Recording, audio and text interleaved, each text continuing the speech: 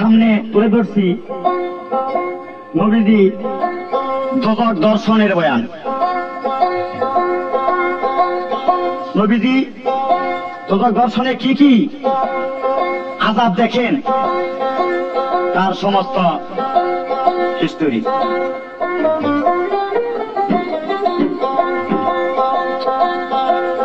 আচ্ছা 55 বছর বয়স যিনি আমার নবী মুস্তাফা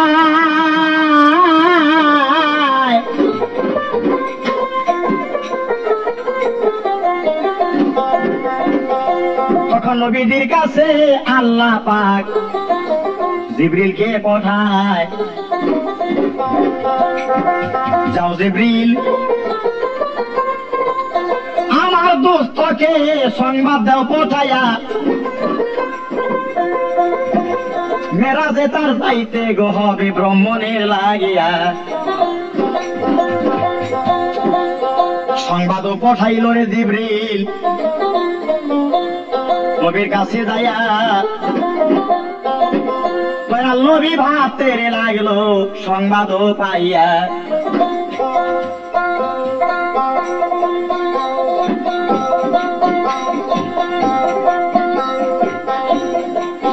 পঞ্চান্ন বছরের বয়সে আল্লাহ হুকুম দিল দিয়া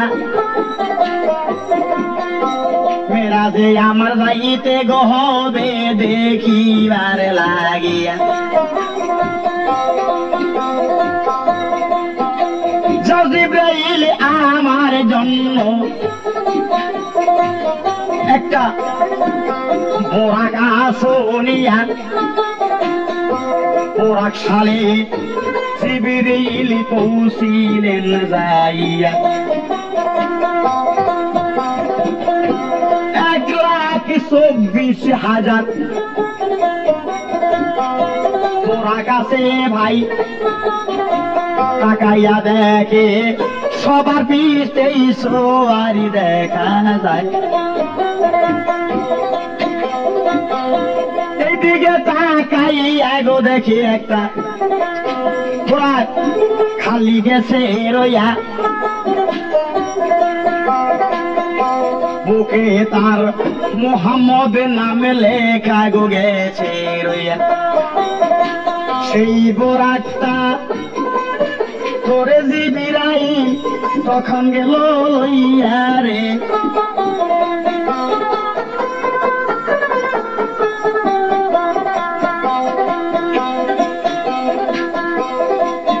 হীরা মুক্তা দিয়া বোরাকে রাখছে গদি করিয়া, বোরাখানা নবীজির সামনে পৌঁছাইলেন আনিয়া। বোরাকে তখন ক্রোধ করে মনে মনে ভাবিয়া, আমি নবীর সাথে করব জবাজবি, যা করে আল্লাহ সাইকি বিরিয়া। নবী যখন ওযু করে বোরাকের কাছে আসিল,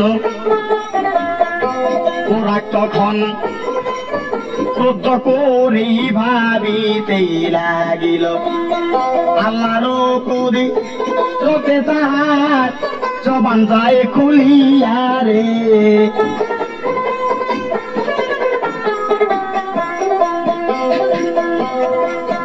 জবানও খুলিয়া রে গেলে বোরাক বলতেছে ডাকিয়া, একটা কথা ওয়াদা করবে না যেদিনেরও আম্বিয়া।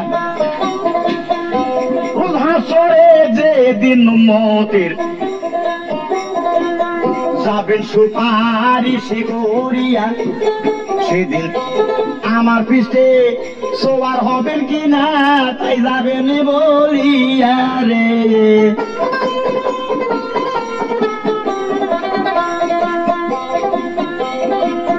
কথা শুনে দয়াল নবী শিকার গেল হইয়া, উম্মতের সুপারিশ করবো তোমার পিছতে গো সোয়ারে হইয়া। বোরাক বলে আজ হইতে আমার দৈন্য জীবন গেল হইয়া রে।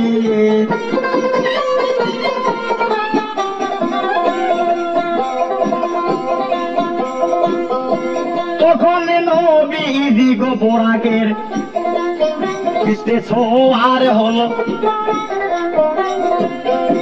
পয়তালের দিকে রওয়ানা হইল। পয়তাল মুকাদ্দেসের ঘরের সামনে যখন হাজির হলো, সেখানেতে একটি পাথর পরম অবস্থায় ছিল। সেই পাথরের উপরে মোহাম্মদ পা রাখলো যখন যাইয়া রে।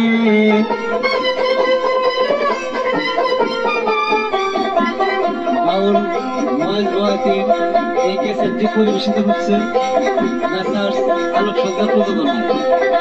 এই ক্যাসেট পেতে হলে খোঁজ করুন আলোক সজ্জা, ভিক্টোরিয়া রোড, টাঙ্গাইল। আল্লাহর কুদরতে পাথরে জবান গেল খুলিয়া, পাথরে বলে মহানবীকে তখনই ডাকিয়া, আমি জানি একদিন পারা দিবে দিনের আম্বিয়া রে।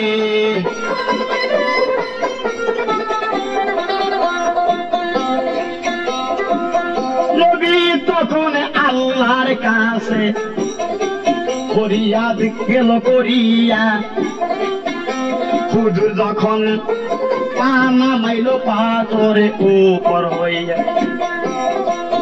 পাথরখানা হটস করে সেদিন শূন্যে রইল উঠিয়া রে।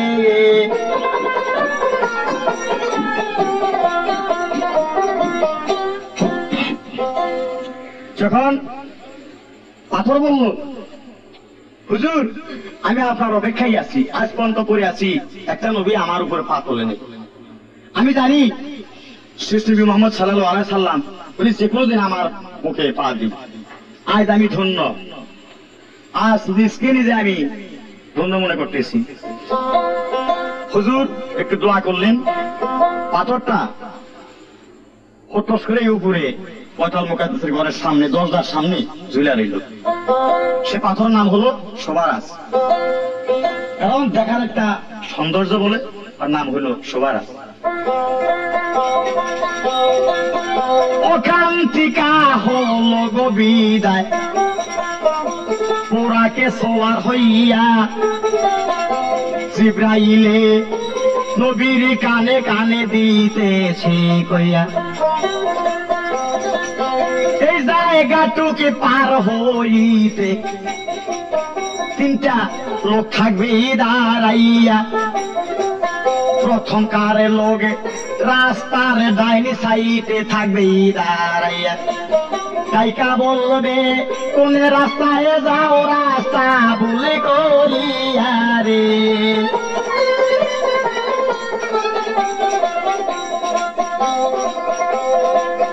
তাহার কথায় নেবে না জবা, যাবে না চলিয়া, মাছ পথে এক রূপসী থাকবে গো দাঁড়াইয়া। সেই জনে ডাকিয়া বলবে আমার জানে লইয়া রে।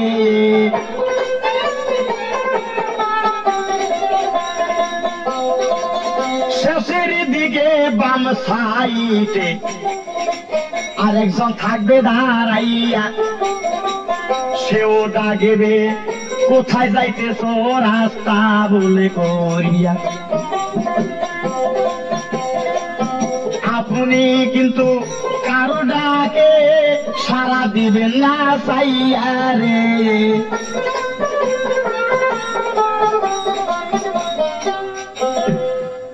কৌতর পাহাড়ে যখন ওরা পৌঁছিল, বলো হুজুর এই কৌতর পাহাড়ে মুসা আলাইহিস সালাম এখানে ছিল, পাহাড় জেলা সুরময় ছিল, কিন্তু মুসা আলাইহিস সালাম উনি জ্বলছিল না। উনি শুনে শুকরানা 2 রাকাত নামাজ পড়লেন।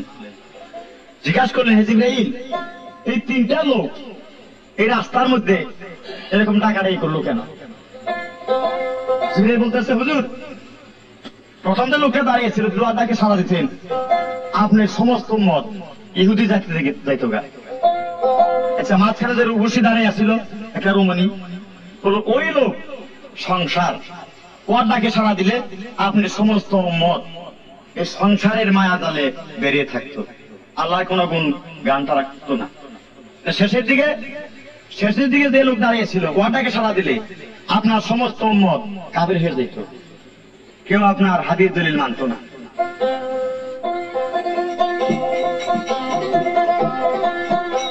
কথা শুনে দয়াল নবী দোয়া করলো দাঁড়াইয়া রে,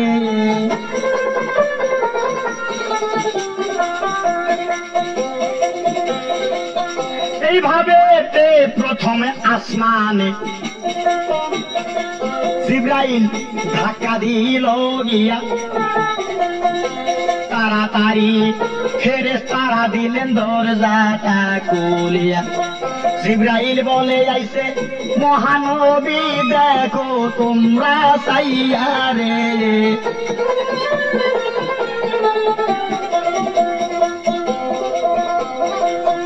ইয়া নবী সালাম আলাইকা, আল্লাহর হাবিব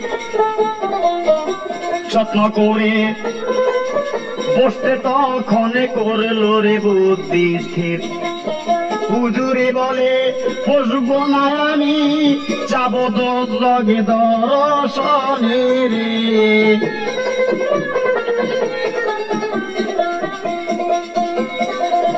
সেখানে ফেরেশতা বসা, 70,000 মাথা তার,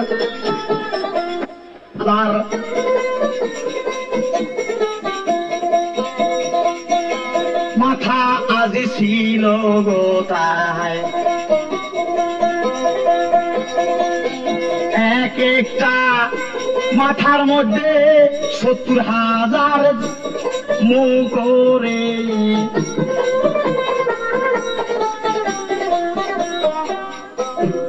ওই লোকের নাম কি? এ লোকের নাম কাসেম, এ ফেরেশতার নাম মেহেদের কাসেম। এর এক একটা মাথায় 70,000 করে মুখ, এক একটা মুখে 70,000 করে জিব্বা। জিজ্ঞাসা করছে, এত জিব্বা, এত মাথা, এত মুখ কেন? জিবরাইল কয়, শোনেনি গো হুজুর, আপনারে দেই কইয়া,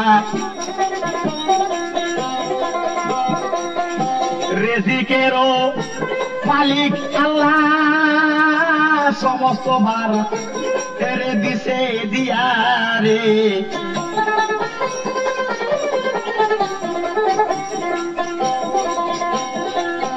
সবারই রিজিক মাপে এই নাসিবা দিয়া, সেই কারণে এত মাথায় এত জিবা দিছে দিয়া। ওইখানে দর্শন করে দুজকের ধারে যায় চলিয়া রে।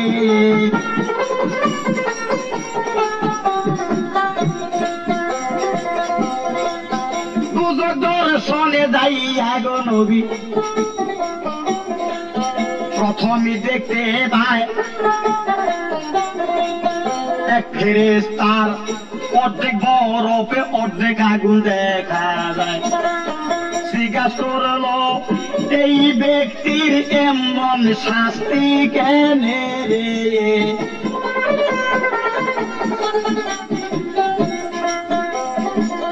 জিবরাইল কয়, ওগো নবী, আপনারে দায়ী কইয়া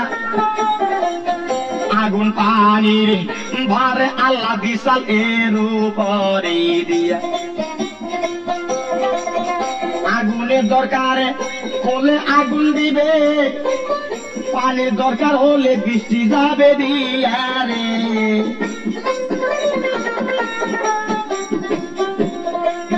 ঠিকই মতো এই নারে ব্যক্তি কাজ করে নাই, সেই কারণে অর্ধেক পানি অর্ধেক আগুন দেখা যায়। ওখান থেকে মহানবী আরো কিছু দূরেই গেল, সেখানেতে ছায়া একটা দৃশ্য গো দেখতেই পেল। একটা গরু খাড়ায় আছে সবাতে যাই কইয়া রে।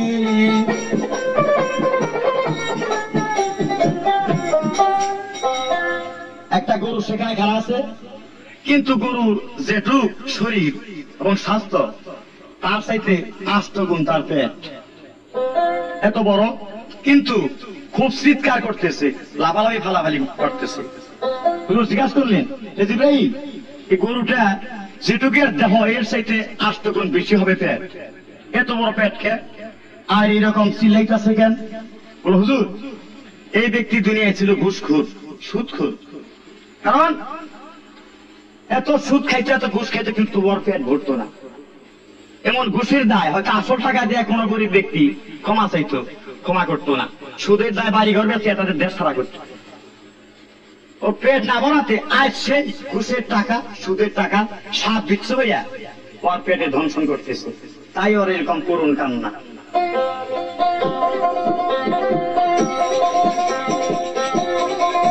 দেশের যত সুদি ঘুষখোর আমার কাছে তা যাইও শুনিয়া রে।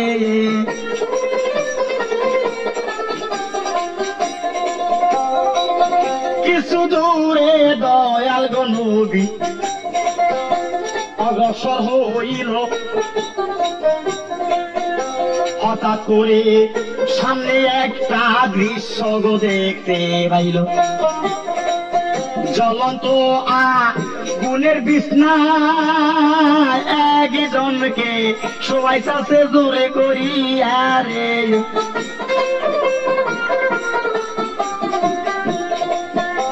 হুজুর তখন জিবরাইলের কাছে জিজ্ঞাসা করিল, এর আবার এই শাস্তি কেন তুমি মরে বলো? কারণ জ্বলন্ত আগুনের বিছানা, সে আগুনের মধ্যে শোয়াইতেছে, আমার আগুনের একটা নারী আইসা, জ্বলন্ত আগুনের নারী এসে বলতেছে, আসো তুমি দুনিয়ায় এত জোরার ছিলা, এত আক্রোশী লোক ছিলা, আজকে তোমার সাথে আমি আমার কোনো মনের আশা মিটাম, তৃপ্তি মিটাম। যখন আগুনের ওই নারী জ্বরে ধরে, ওই লোক পুইরা গোছাই আসে, মারে বাবুলে কান্নাকাটি করে। আর এই শাস্তি কেন? এই শাস্তি দুনিয়ায় এই লোক জিনাখোর ছিল, তাই নিজের রূপসী ঘরে নাইকা পরের নারীর সাথে মেলামেশা করতো, চলাফেরা করতো, তাই আর এই শাস্তি জিনাখোরে। আজকে আগুনের নারী এইসবকে জড়াই ধরতেছে, আসো তোমার সঙ্গে আমার প্রমোদ করুন। আজ থেকে জিনা করি তোমরা তাইও সাবধানে রে।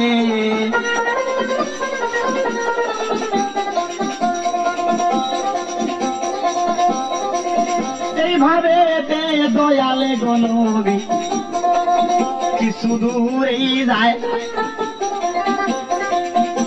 কিছু দূরে যায়া গো নবী একটা দৃশ্য দেখতে পায়। এক মানুষের উপরে নিচের ঠোঁট দুই দিকে রাইকাছে বান্দিয়া রে।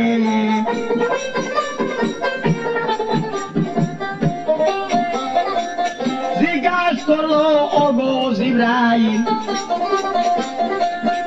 এটা কি দেখতে পাই? ধীরে ধীরে খুইলা কেন বলো না জানায়। এক লোকের উপরে ঠোঁট তাই না ছিড়া নিয়ে উপর দিকে আটকে রাখছে, নিচের ঠোঁট নিচের দিকে আটকে রাখছে। তাতে গালটা খুব মস্ত বড় হয়েছে, উপরে রাখতে একটা মাইটা হাড়ি, হাড়ির মধ্যে পানি জাল হইতেছে, এইরকম গরম হইতেছে যে এক একটা ফোড়া করার মনে হয় যে আগুনেরই ওই বিস্ফোরণের মতো একটা কিছু বললো আর কি, ওর গালের মধ্যে পড়তেছে। বলছে এই জ্বলন্ত আগুনের মতো পানি কেন পড়ে? হুজুর, এই লোক ছিল মদখোর, মদ খেয়া মাতাল হইয়া এই লোক আল্লাহর কথা কোনোদিন ভাবে নাই, নামাজটা বলতে কি সে জানেই না, এইরকম মদ খাইতো মাতাল ছিল, তাই ওর মদের পিয়াসা মিটান হইতে চাই গরম পানি দিয়া। আসইতে মদ খুরবাইরা যাইও সাবেদান হইয়া রে,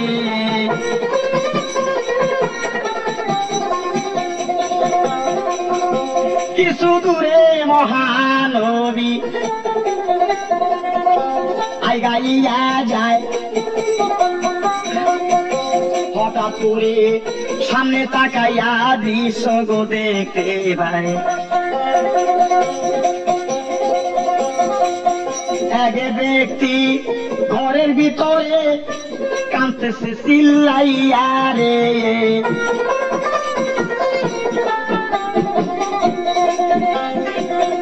একটা মহিলা কান্দিতেছে ঘরের ভিতরে শুইয়া, পেটটা তার ঘরের চালের সাথে গিয়াছেন ঠেকিয়া, অর্ধেক সন্তান তেলে বাড়ি হয়েছে, অর্ধেক রয়েছে আটিয়া রে,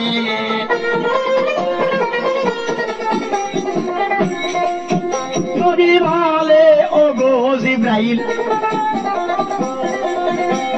আমি জানতে চাই এই নয়গে কেমন কাজ করছিল দুনিয়ায়। এই লোক, এই মহিলাটা দুনিয়ায় স্বামী ছাড়াই সন্তান হয়েছিল, কারণ মানুষদের মেলামেশা কইরা অনেক টাকা পয়সা কামাইছে, ভালো ভালো খাবার খাইছে, স্বামী ছাড়াই সন্তান হয়েছে, চালক সন্তান। আজ এর আলাপ হইতেছে সেই সন্তান অর্ধেক প্রসব হয়েছে আর অর্ধেক আটকা রয়েছে, ফেরেশতারা দইয়া ওই অর্ধেক সন্তান টানতেছে, ওই সন্তান আর খসবে না, কিন্তু কতকাল কতদিন এই শাস্তি ভোগ করতে হবে সে আল্লাহ পাক জানে। এই যে কটা দেখলেন কারোরই দেহের থেকে আর রুহু কিন্তু বাইর হবে না, কিন্তু শাস্তি হইতেই থাকবে। এই দেখিয়া দয়াল নবী সামনের দিকেই যায় রে,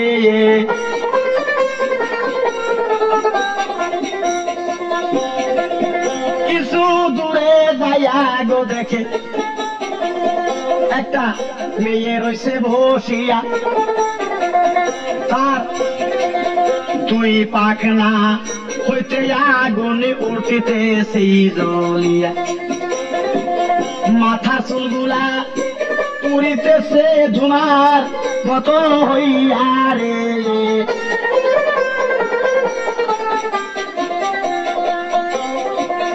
মহানবী তাকাইয়া দেখে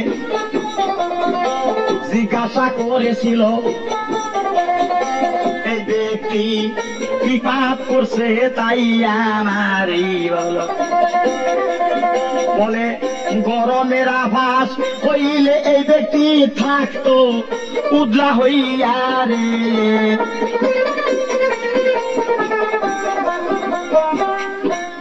এই ব্যক্তি এমনই পাপ করছে, দুনিয়া খুব খুশি ছিল, যদি গরমের আভাস হইতো, গরমের ভাব হইতো, বাতাস না থাকতো, এই ব্যক্তি বাহির বাড়িতে সদরে বসে পাখনা পুখনা কাপড়, মুখের কাপড়, মাথার কাপড় ফেলে দিত, স্বামী যদি প্রতিবাদ করতো স্বামীর কথা মানত না। তাই আজ ওই রূপসী রমণী দেখা রাস্তার ভিন্ন পুরুষ হওয়ার দিকে তাকাই থাকতো, আজ যেটুক ভিন্ন পুরুষ দেখছে সেইটুকু ওই আজাব হইতেছে, কতকাল কত জন্ম হবে তা বলার কোন উপায় নেই।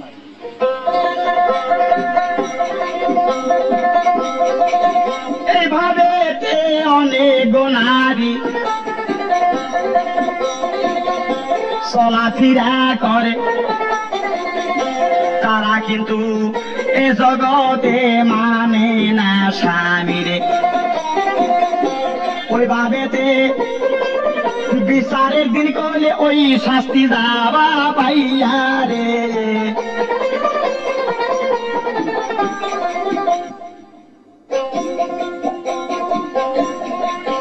ওইভাবেতে বিচারের দিনে ওই শাস্তি যাবা পাইয়া রে।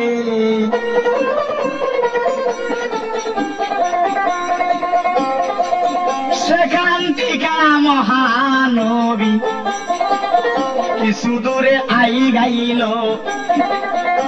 সেখানেতে আরেকটা দৃশ্য দেখিতেই পাইল। লোহা শিকিলাল করে পুরে একজনে চোখে দিতে সাদা ভাইয়া রে।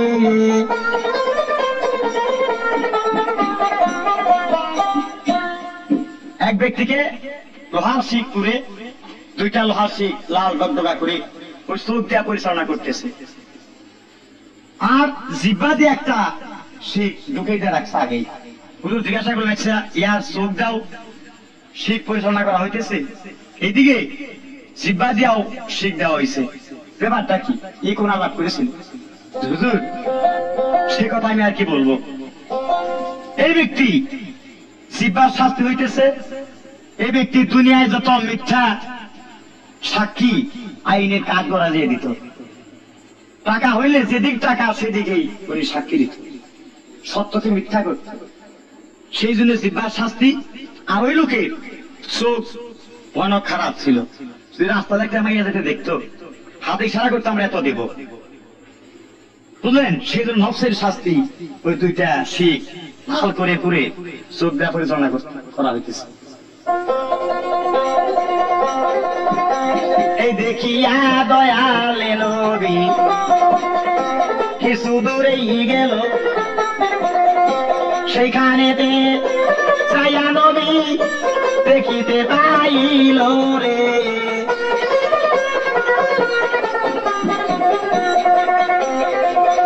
এক ব্যক্তিকে ভারী একটা বোঝা দিয়েছেন সাহাবায়া, বোঝারে ভাই হার গোর তার যাইতেছে ভাঙ্গিয়া, দুই দিকে দুই ফেরেশতা খাড়া বুর্জুদ হাতে লইয়া রে।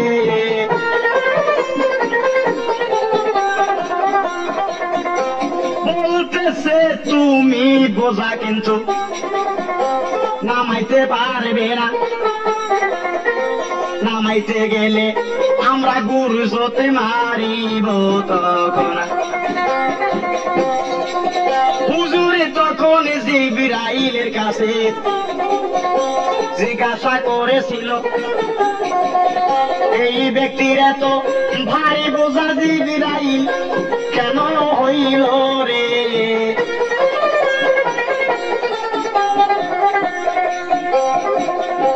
জিবরাইল কয়, এই ব্যক্তি হুজুর দুনিয়ায় করেছিল, গরিব কাঙ্গালকে ঠকাইয়া মালো খেয়েছিল। এই ব্যক্তি দুনিয়ায় করতো কি, গরিব দুঃখী কাঙ্গাল যারা ছিল এদের মাল উনি জোর করে খাইত, এমনকি জমি জমার ব্যাপারেও গরিব কাঙ্গালদের জমি জমা জোর করে দখল করে খাইত। সেই জন্য আজ সমস্ত মাল ওর ঘাড়ে চাপাই দেওয়া হয়েছে, তুই আজীবন মাল খাইছস, আজকে সে মালের বোঝা হয়, ফালাইতে পারবি না। দুই দিকে দুই ফেরেশতা আছে, গুর্জ হাতে, ফালাইতে চেষ্টা করবি গুর্জ মারবো। ওখান থেকে দয়ালে নবী রওনা হইল, তাকাইয়া একটা মাঠে অনেক লোকজন দেখিল, আউলিয়ারও মতো দাড়ি তাদের থোকায় কেসে রইয়া রে।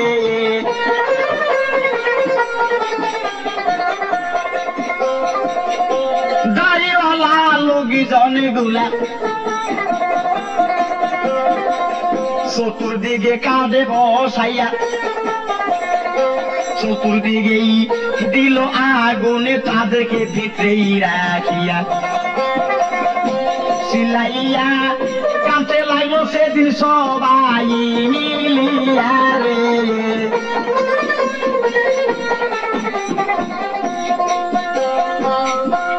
বলো যা হোক ইয়ার আজাদ কেন এদের, কারণ যে আউলিয়ার মতো দাড়ি দেখা যায়, হ্যাঁ, কিন্তু এই ব্যক্তি যে এত সুন্দর দাড়ি, এই ব্যক্তির চতুর্দিকটা কাঠ দিয়া আগুন জ্বলাই দিতেছে, এরা ভিতরে কাউ কাউ করে কানালি করতেছে। বলো হুজুর এদের দাড়ি আছে ঠিকই, আপনি যে আসুন আপনার ছোটা দাঁড়িয়ে আছে, এরা দাঁড়িয়ে আদেশ মানছে, কিন্তু আসলে নামাজ চলা পড়ে নাই, খালি দাঁড়ি নামাজ কোনদিন পড়ে নাই এবং আল্লাহ পাকের কথা কোনদিন স্মরণ করে নাই। এরা ওই সংসার নিয়ে মাতোয়ারা ছিল।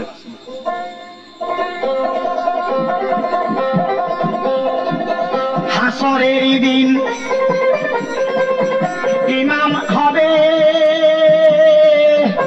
শুয়োর আসিয়া রে।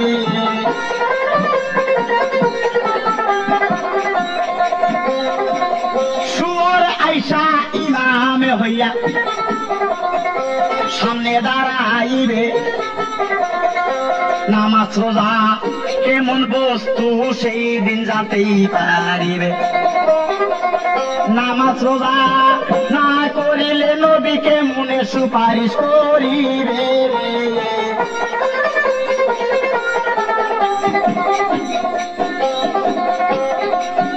ওখান থেকে দয়াল গো নবী একটা বনের কাছে যায়, দেখে বনের চতুর্দিকে আগুন, কিন্তু মাঝখানে মানুষ দেখা যায় রে।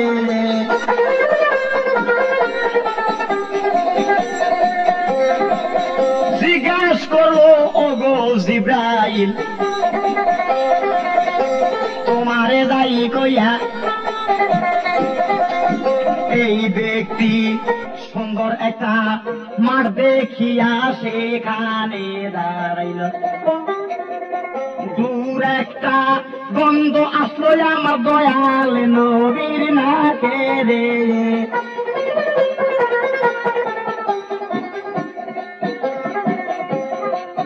দুর্গন্ধ পাইয়া গো নবী জিব্রাইলকে যায় কইয়া, কোথা হতে দুর্গন্ধ এসে নাকে গেল লাগিয়া। বলো বলো ও জিব্রাইল রে কলিয়া রে।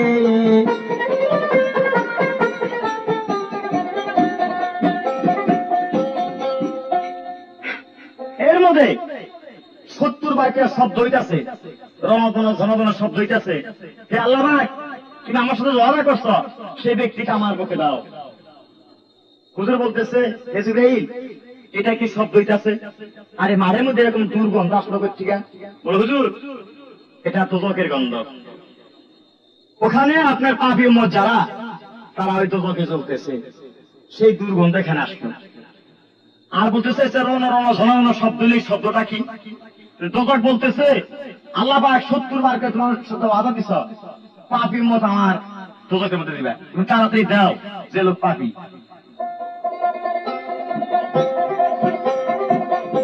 কথা শুনে দয়াল নবী ভাবতেছে দাঁড়াইয়া রে।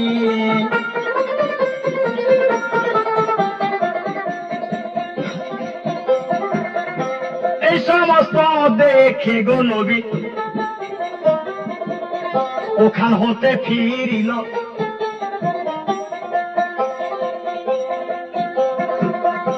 দ্বিতীয় আসমানে যাইয়া জিবরাইল গো ধাক্কা দিল। দরজা খুলিয়া গো তারা সেই মহানবীকেই দেখিল রে।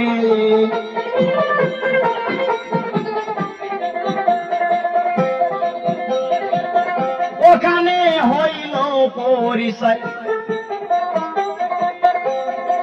তৃতীয় আসমানে গেল, সেইখানেতে ঈসা নবী দাঁড়াইয়াছিল। মহানবীকে দেখা ঈসা নবী সালাম করিল রে।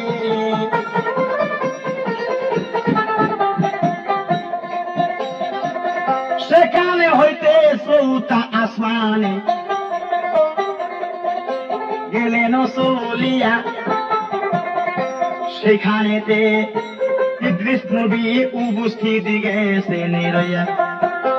দরজা খুলিয়া নবীকে বসার জায়গা দিল রে।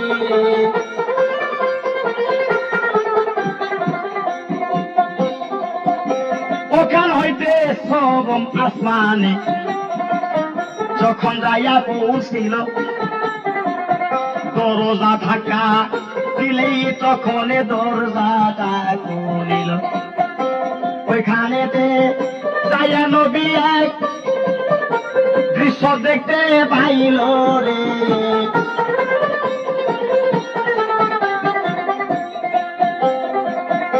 সেখানেতে দেখে একটা লোক রয়েছে বসিয়া, জিব্রাইলে ডাকিতেছে তুমি দেখো না চাহিয়া। আমাদের মহা নবী আইছে সব দেখিবার লাগিয়া রে।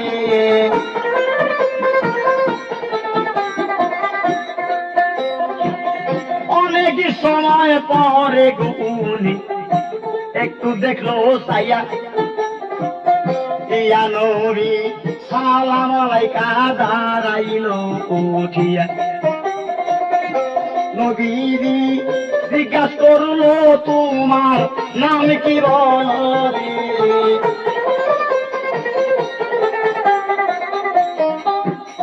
বলো হুজুর আমি আর কি বলবো, আমাকে আল্লাহ পাক এত নির্দিষ্ট কাজ দিছে, আগে জানলে কাজ আমি নিতাম না। কি? আমার নাম হলো আজরাইল, আমি মানুষের জীবন কমস্ত্রী। তার 16 পাটি দাঁত, 8টা চোখ, 4টা হাত। যাই ওখান থেকে দয়াল নবী 7 তলা আসমানে গেলেন। দরজাতে ধাক্কা গো দিলেই দরজা দিলেন খুলিয়া, সেখানেতে দেখে গে জামনে ফেরেশতায় আসেন বসিয়া। হীরা মুক্তা দিয়া তারে রাখছে যেমন সাবাইয়া রে।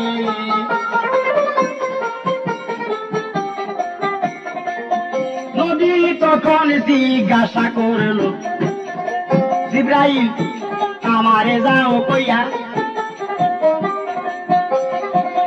এই লোক কেন এত আলোকিত থাকে হীরা মুক্তা লইয়া? বলে ভাগ্য গুণে এই লোকে গেছে বেস্তের মাথা বড়ি পাইয়া রে।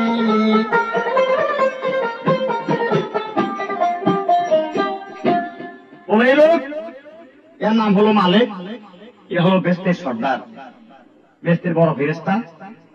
এই জন্য ওনার হীরা মুক্ত অনেক কিছু পোশাক পাচ্ছে ওনার নবী। নবীজি বলে মারহাবা, তুমি কাজটা পাইছো বড় সুন্দর, তবে আমার ব্যস্ত দেখার জন্য একটু ইচ্ছা আছে। তাই নাকি হুজুর? ঠিক আছে চলেন, আমি আপনাকে ব্যস্ত দেখাইয়ে দেব।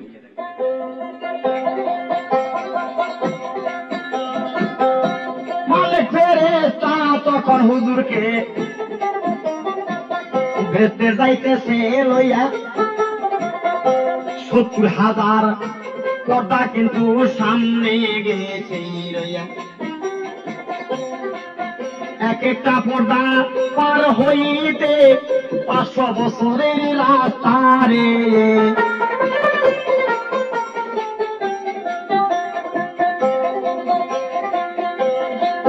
কিছু সময় যাইয়া গো নবী মালিক এক ভেসে লইয়া গেল।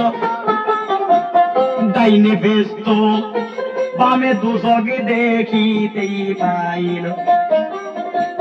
313টা মেম্বার নবী দেখিতেই পাইল রে।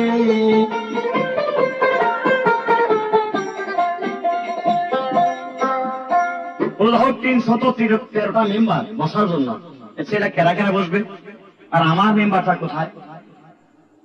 জিবরাইল বলল হুজুর আপনার মেম্বারটা একদম বামে, দোজখের যে রাস্তা ওই রাস্তার ধারে। বলেছে আমার মেম্বারটা বামে হইল কেন? আমার মেম্বারটা ডাইনে হইলে কি ভালো হইতো নাকি? আল্লাহ পাক হিরাজ করতে বলে, হে দোস্ত, আমি যা কিছু করেছি আপনার উম্মতের সুবিধার জন্য বা আপনার সুবিধার জন্য। আমরা কেন? একটা লোক যদি ভেস্তে যায় তাকে আপনি কোনো সুপারিশ করা লাগতেছে না, সে খুশি মনে ভেস্তে যাবে। আর একটা লোক যদি দোজখে যায় তাহলে আপনি কালকে যা আপনি দেখবেন দেখতেছে হাবরা দিয়া তার হাতে দইরা একটু সুপারিশ দিবেন করিয়া রে।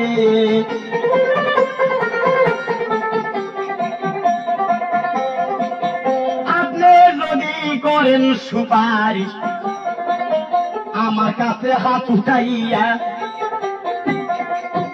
ওই পাপি বান্দা হয়তো বেঁচে যাইতে পারে চলিয়া রে।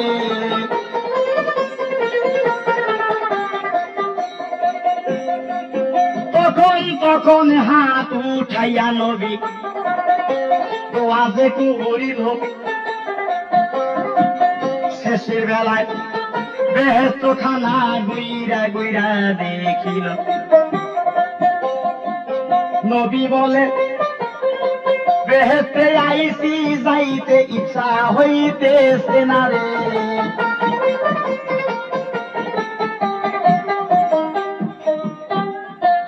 বলো যা হোক, আমি তো বেস্ট আইছি, কিন্তু আমি বেস্টের থেকে আর বাইর হইতাম না। কিন্তু আমি যদি না বাইর হই, আমি বিহানে আমার উম্মত এতিম কাঙ্গাল, আমি ছাড়া উম্মতের কেউ সুপারিশ করবে না। তাই উম্মতের দায় আজকে আমার বেস্ট থেকে বাইরে যাইতে হইতেছে।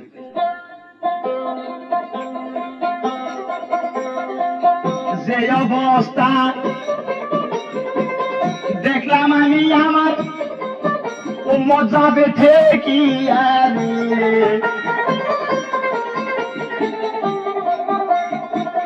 যে বেস্টেতে আইসেছি আমি দেখিবার আগিয়া, আর পাইতাম না সারা জন্ম গেতাম বেস্তে। আমার ব্যস্ত ছাইরা যাইতে হবে উম্মতের লাগিয়া রে।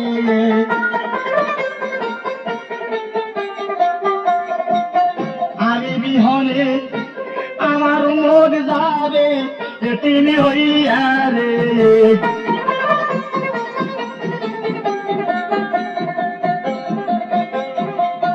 এইভাবে দয়াল গো নবী বলিতে লাগিল, এক রাত্রিতে মেরাজ করলাম কেউ বিশ্বাস না করিব। আল্লাহ গায়েবী আওয়াজে বলিতেছে, দোস্ত ডাকিয়া রে।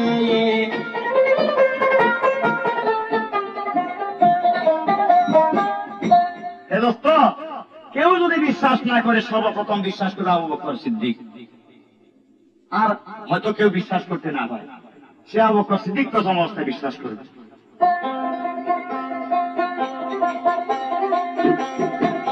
সব কিছু দেখার পর নবী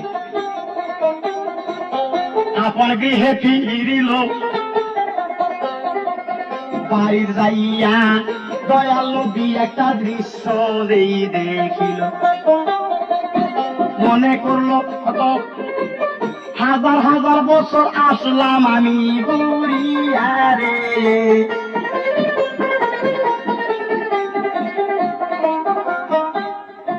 ওই মনে করলো আমি যে সময় দৃশ্য দেখলাম হয়তো হাজার হাজার বছর ঘুরে আসলাম।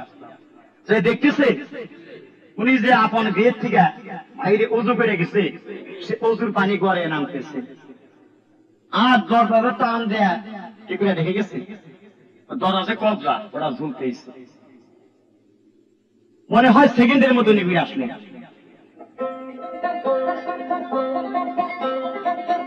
এই দৃশ্য দেখিয়া গো দয়া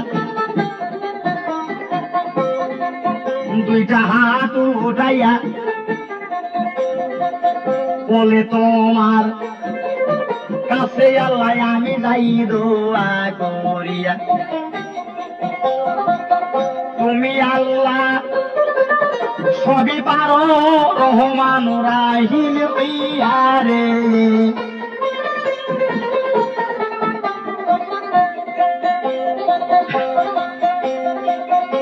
পরের দিন সকাল বেলায়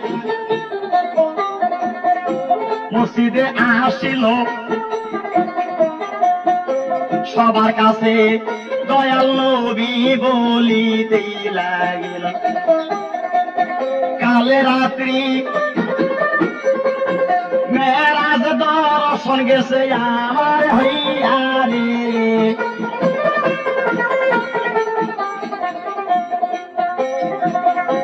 বাউল ওয়াজ বয়াতি এই ক্যাসেটটি পরিবেশিত হচ্ছে আলোক সজ্জার প্রযোজনায়। এই ক্যাসেট পেতে হলে খোঁজ করুন আলোক সজ্জা, ভিক্টোরিয়া রোড, টাঙ্গাইল।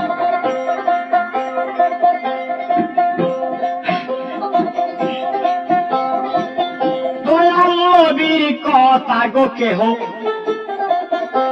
বিশ্বাস না করিল, আবু বকর সিদ্দিকী প্রথমে বিশ্বাসেই আসিল।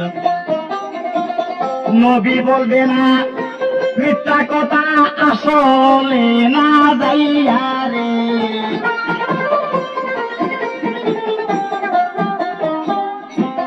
আবু জেহেল বলল ঠিক আছে ভাতিজা, একটা কথা, তোমার ইহুদির দলবল আছে মসজিদে, বলছো তুমি যে মেরাজ গেছিলে, মনে করো পয়তাল মুকাদ্দেসের ঘরের সামনে গেছো, হয়তো ঘরে গেছো, পয়তাল মুকাদ্দেসের ঘরে কি কি আছে এটা আমার একটু বলতে হবে। চিন্তা এগুলো সর্বনাশ, আমি ঘরের সামনে দাঁড়িয়েছি কিন্তু ঘরে কি কি আছে না আমি তো দেখি। আল্লাহ পাক জিবরিলকে বলে যাও তুমি যে দোস্তের কাছে বলো পয়তাল মুকাদ্দেস স্বপ্নের মতো আমার দোস্তের সামনে হাজির করিয়া দেওয়া হবে।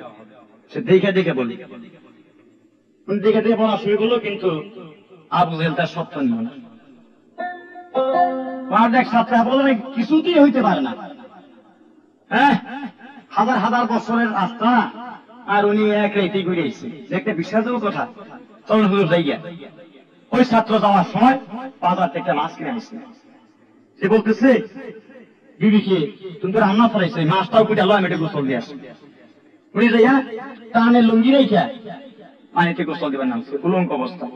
যখন গোসল দিয়ে উঠছে, টুক দিয়ে উঠছে, তাকে একটা মেয়ে হয়ে গেছে, তার কানে নাকে অষ্টলঙ্কা, সে পুরুষ আকৃতি নাই, অপূর্ব সুন্দর। কানে ওইটা ছায়া দেখে কাপড় গেছে গায়ে রে।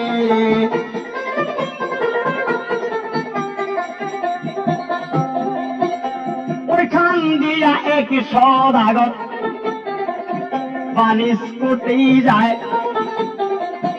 উলঙ্ক বস্তায় রূপ দেখে পাগল হইয়া যায়, মাল্লা দিয়া চোর করিয়া তার জাহাজি উঠায় রে।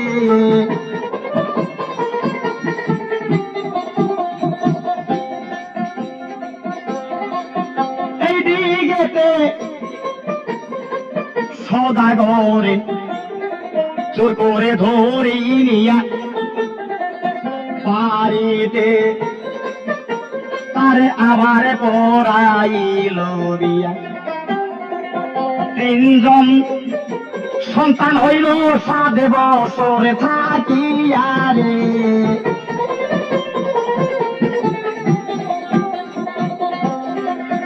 7 বছর থাইকা গো 3 জন সন্তান গেল তারে হইয়া। আগের কথা সমস্ত ইহুদি গিয়াছে নিবুনিয়া, ঘর সংসার কইরা খাইতেছেন সওদাগর গেলইয়া রে।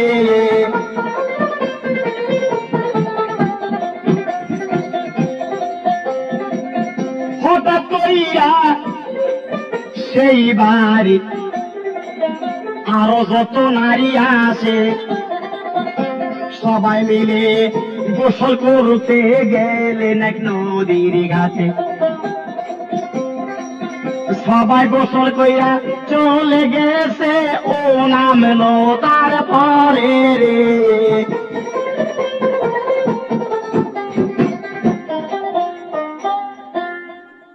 ওই সদাগরের কাছে যাইয়া 7 বছর ঘর গৃহস্থালী কইরা 3 জন সন্তান হয়েছে। আগের ইতিহাস সব ভুলে গেছে, এবং কি খুব ভালোভাবে ঘর সংসার করতেছে। ওই সে বাড়িতে আরো মহিলা ছিল, এদেরকে লইয়া একদিন গোসল করতে গেছে নদীর ঘাট। আস্তে আস্তে সবাই গোসল করে আইসা পড়ছে। মনে করেন ঘাটটা একটু ছোট, সব লোক একবারে প্লেস হইতেছে না, সবাই গোসল করে আইসা পড়ছে। উনি মানে খুব নিটালে যখন একা দেখছে, তখন উনি হাত মুখ ভালো করে সাবান টাবান দিয়া উনি পানিতে নামছে।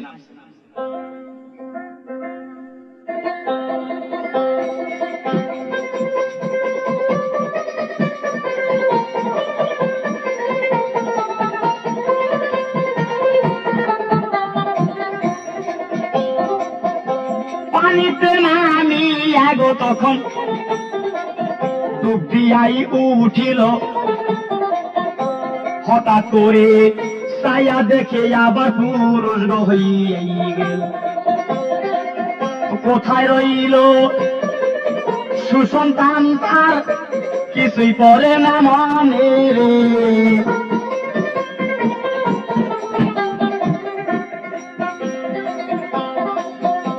এইদিকেতে সন্তান পরনে আর নাই,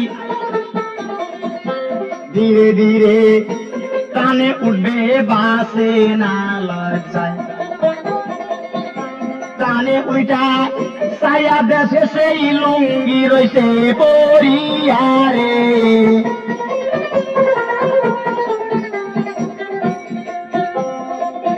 7 বছর আগে যে লুঙ্গি কানে রাইকা নাম ছিল, 7 বছর পরে সেই লুঙ্গি গাতে বাইর। এই দৃশ্য দেখিয়া তখন বাড়িতেই লাগিল রে।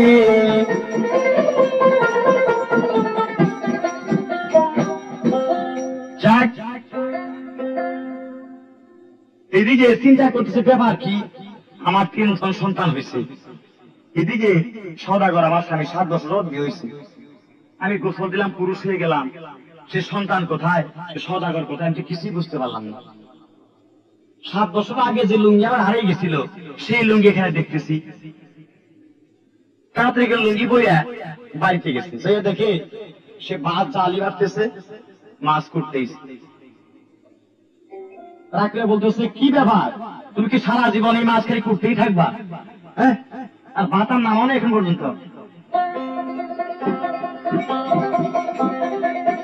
বিবি বলে, আসলা কি তুমি গাঁজা মতে খাইয়া রে?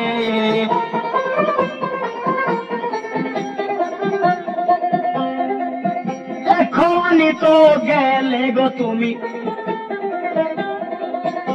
গোসল করিতে, তখনই ওই হুদি পড়লো দান্দাতে। মিনিটে যদি এই হইতে পারে, তবে নবীর কথাও সত্য রে।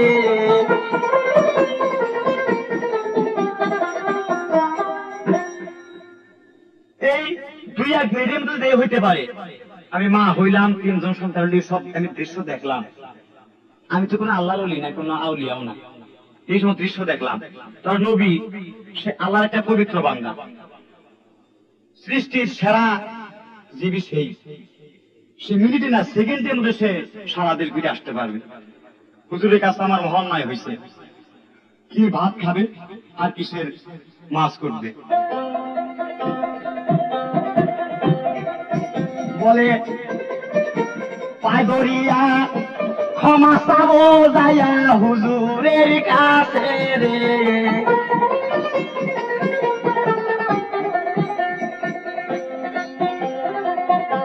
দৌড়াইয়া যাইতেছে ইহুদি, শোনেন দর্জনায়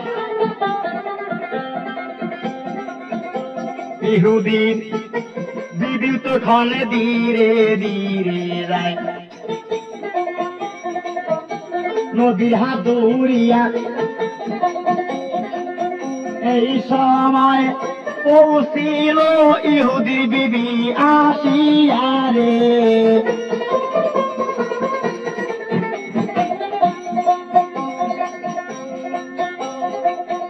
ইহুদির বিবি গত মায়া তো পড়িল স্বামী শ্রী ওই দিন থেকে তারা মুসলমান হইল রে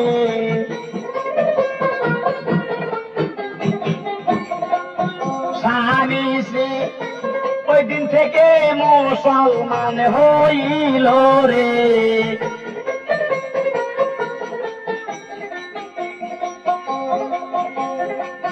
দয়ারবি ভাবছিলেন উম্মতের উদয় উম্মত আমার আমি বিহনে এতিমরে হইয়া যায় আমি একদিন পাটনি হইয়া উম্মত নিব পার করিয়া রে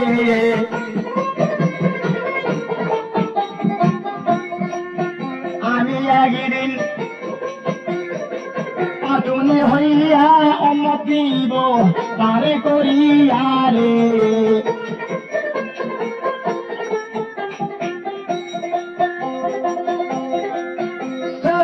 পরে নবী গো আবার উম্মতি উম্মতি কইয়া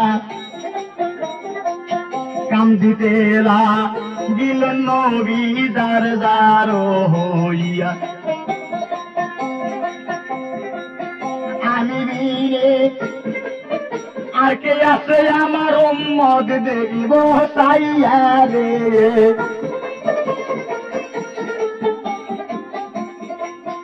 আজকে আনিনে আর কে আছে আমার উম্মত দেব সাইয়া রে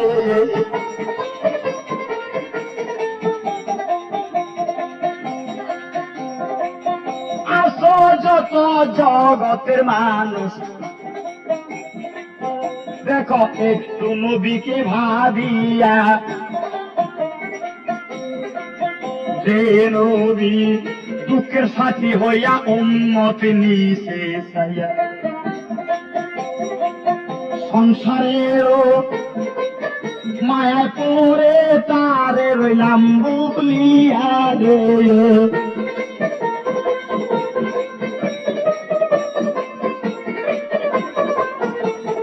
সংসারেরও মায়া পরে তারে রইলাম বুলিয়া রে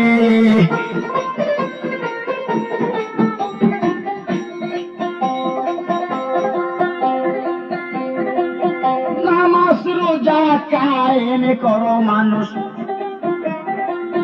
তার হাদিস কোরআন দেখিয়া বাংলায় এমএ বিএ পাস যদি দাও করিয়া বাংলা কিন্তু ধরা দিবে না বিচার দিনে যাইয়া রে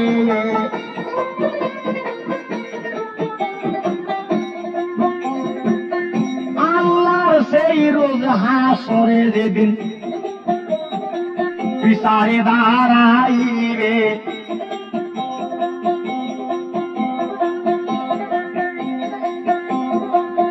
আল্লাহ সেদিন আরবি ভাষায় জবাবে দাইল করিবে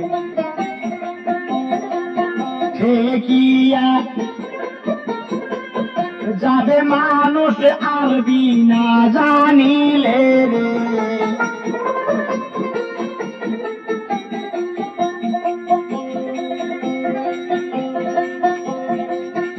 আরবি ভাষাতে গো যেদিন জবাব দাইল শুরু যাবে হইয়া যে জানে গেছে এই ভবেতে কোরআন পড়িয়া, সেদিন কোরআনে ছায়া দিবে সন্তান বলিয়া রে।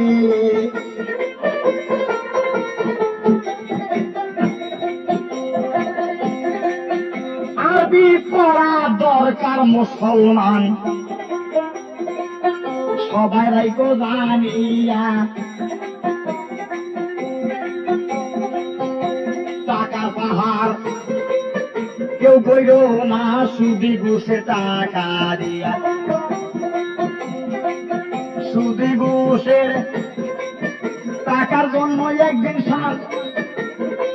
শাস্তি যাবা পাইয়া রে।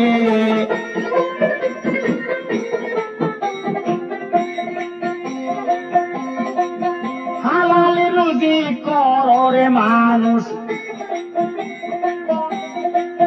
দলিলের দিকে চাইয়া।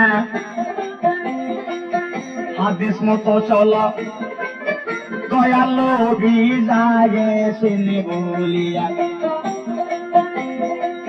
তিনার কথা মাইনা চললে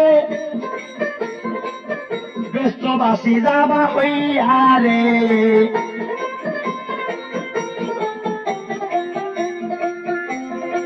নবীজির কথা স্মরণ রাখলে বেস্তে যাবাই চলিয়া রে।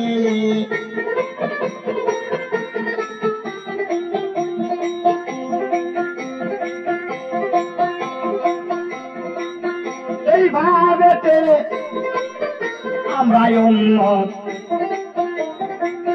যাইতেছি বেদিনে হইয়া। কেমনি নবী সুপারিশ করবে রোজ হাসরে যাইয়া। কেমনে আমরা উম্মত দাবি করব নবীর কাছে দাঁড়াইয়া রে।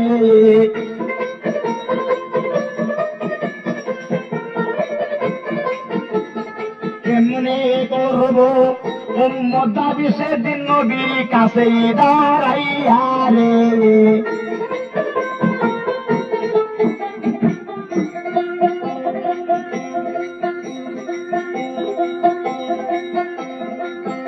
আর কত বলবো মুসলমান ওই ক্যাসেটে শুনিয়া। মনে মনে চিন্তা করবেন পার হবেন কেমন করিয়া। আমি বাউল ময়ে জালি সবারে যাই কইয়া। ওখানে গ্রামে ঠিকানা গেছে গোয়া মারে রইয়া।